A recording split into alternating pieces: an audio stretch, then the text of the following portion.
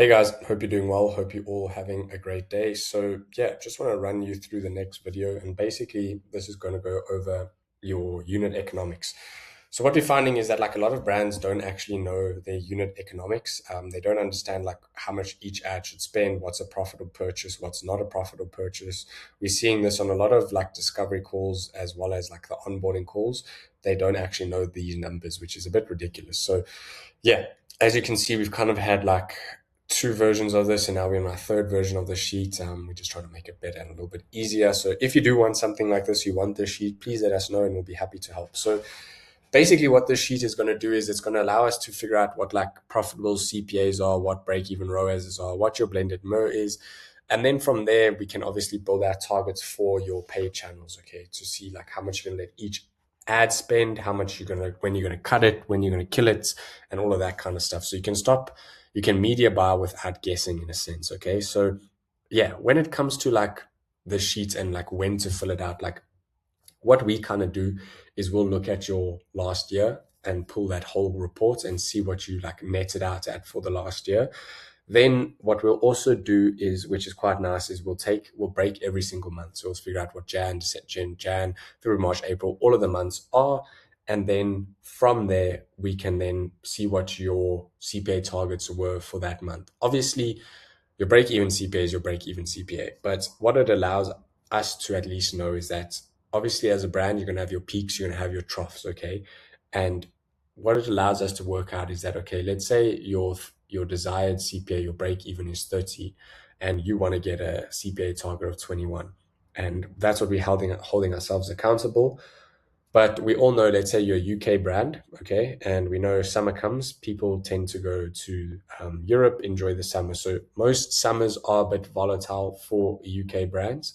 So your target is 21, like we said. But let's say for the summer months, such as like June, you see that, oh no, now we've netted out at, let's say, a 25, which you're now a little bit upset about and worried.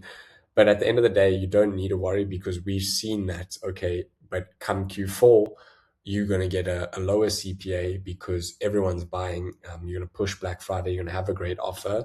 So you're still going to be able to net out the whole year at your break-even CPA of 20, or not at your break-even CPA, at your target CPA of 21 for the whole year.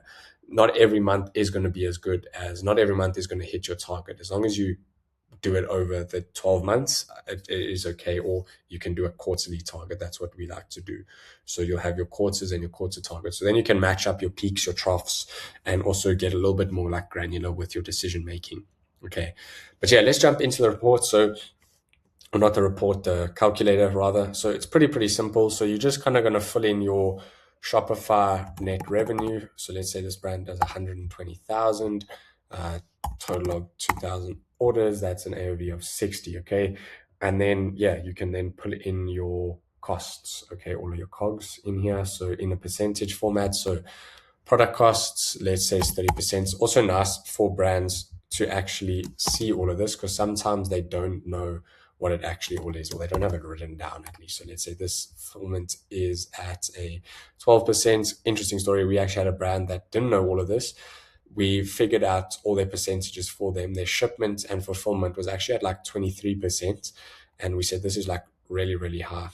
Is there no way we can try bring this down, change your partner and all of that kind of stuff? Yeah, and they actually managed to change it, all of that, and they brought it down from 22 to, I think it was 14%, if I'm not mistaken. And yeah, really changed the business and results for the business. So it's also good to see where you can potentially save some money. Then transaction fees, let's say 3%, and then refund. Obviously, if you don't know this, you can work it out. Otherwise, you can also go with industry standards.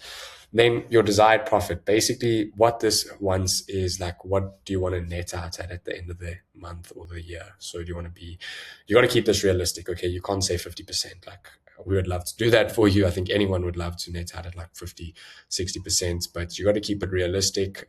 This is like after everything, like after expenses, everything's covered, So from what we've seen, most brands are operating at around 15% and above. I wouldn't go too close to the red, just in case you do have a few bad months or you want to like buy machinery, equipment, or launch a new product. You want to make sure you're still bringing in a healthy amount. So yeah, that's what a lot of brands are operating from our end. We can help you, guide you with this. You can also look at industry standards.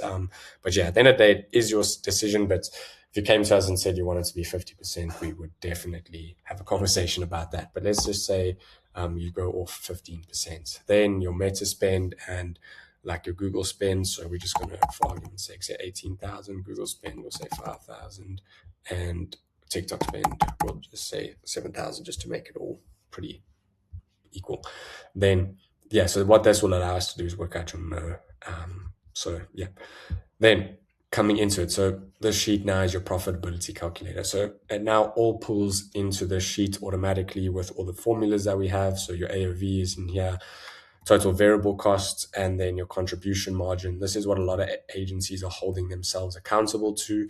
Reason being is it's basically what we have influence on. So like some brands are like, oh, we're making less net profits, but if we can see like your contribution margin, which is basically like your operating profit in a sense, is going up, then what this allows us to figure out is like, okay, but you're doing better. You might have a lot of high cogs, like your rent, your lights, your water, stuff like that could be quite high. Can we look at potentially bringing some of these down or changing them, moving buildings, like stuff like that? Because if your contribution margin is in the green, but your net profit is in the red, then yeah, there's some cogs need to be adjusted. You could have quite high salaries, too many staff, anything along those lines.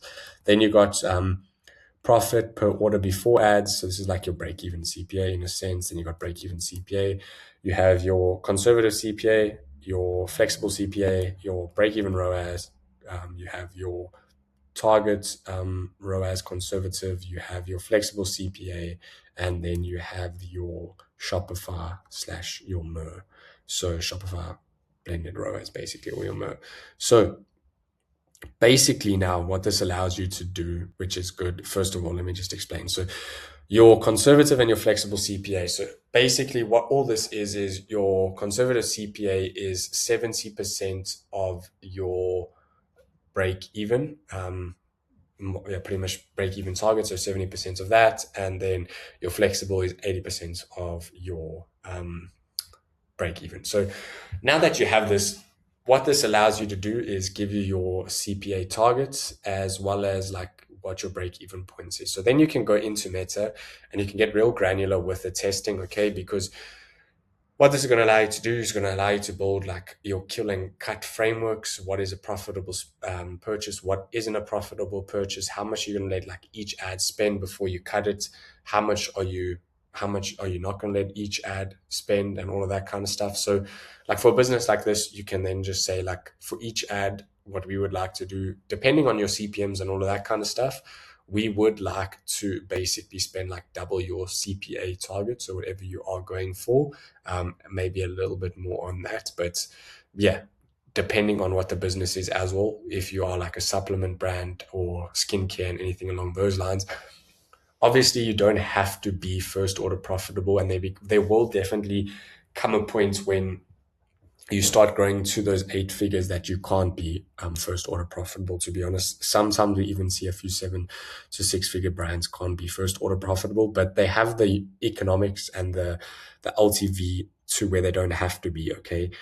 Our goal obviously is to try get you as close as possible to first order profitable, but if you can't, it's not like the end of the world. Reason being because you know that your returning customers are going to come back and they can make up the difference, as well as like if you have an LTV of, let's say, like 13 months, 8 months, regardless. We have a client, a supplement brand, that's their LTV is like amazing, 13 months. They know that they don't have to be first order profitable. So they're actually like willing to lose money. So our first order profitability for this client is currently, I think it's £9.80 in the red, but they're not too worried because they're making their money back in when the customer buys their second order. You just got to make sure that you don't go too bad or too in the red with your first order profitability, that it starts affecting the business, okay? But yeah, you can, depending on the business, and we can get into the weeds with you if you want to see if you can like go into the red a little bit. Ideally, it's not always the greatest thing though. And we don't we don't want to do it for every single brand, but when you get to a certain level, it's almost like you have to be honest. So yeah, that's kind of what this also allows. And then yeah, like I said, main reason, killing cut frameworks. And then yeah, I think the next part of this, the sheets you can have, then basically this is just like your meta decision framework, or here in another sheet. Reason we're doing this is we want to try integrate Claude somehow into this. So it's yeah, pulling into here. I think another one just quickly is we have a startup one for like brands that like don't actually know their costs, or don't have orders and stuff like that. Basically is literally the same thing. So you can have your selling price of the product, so whatever it is. So let's say for argument's sake, let's go $59.99.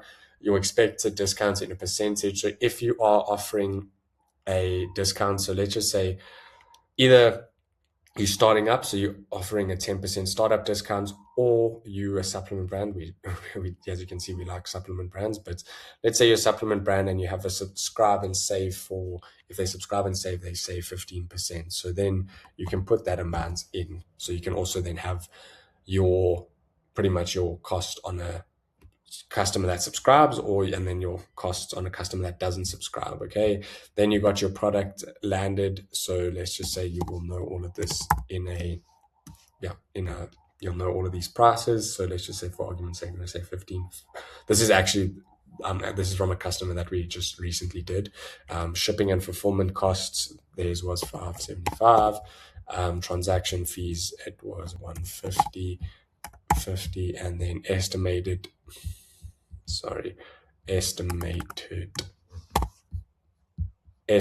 refund percentage. He didn't know this, so we went at 5%, which was quite conservative. And we did also do some like research on his industry. And then yeah, basically literally pulls out the same numbers as before. Estimated net revenue per order, profit before ads, break-even CPA, your conservative CPA, flexible, break-even ROAS, conservative ROAS, and then yeah, your flexible ROAS. So it pulls all of this out for you, which is really, really great to see. And yeah, once you have all of this, you can get a little bit granular. You can just be a little bit more better with your decision making. So yeah, it helps you optimize your decision making, helps you optimize your metrics and what you're scaling towards. You know what your goal is, you know what your target is, and it really, really helps with your guide rails for real profitability. And yeah, I think every brand needs to know this. So like I said, if you need this sheet, please let us know, and yeah, we'll happily send it over to you.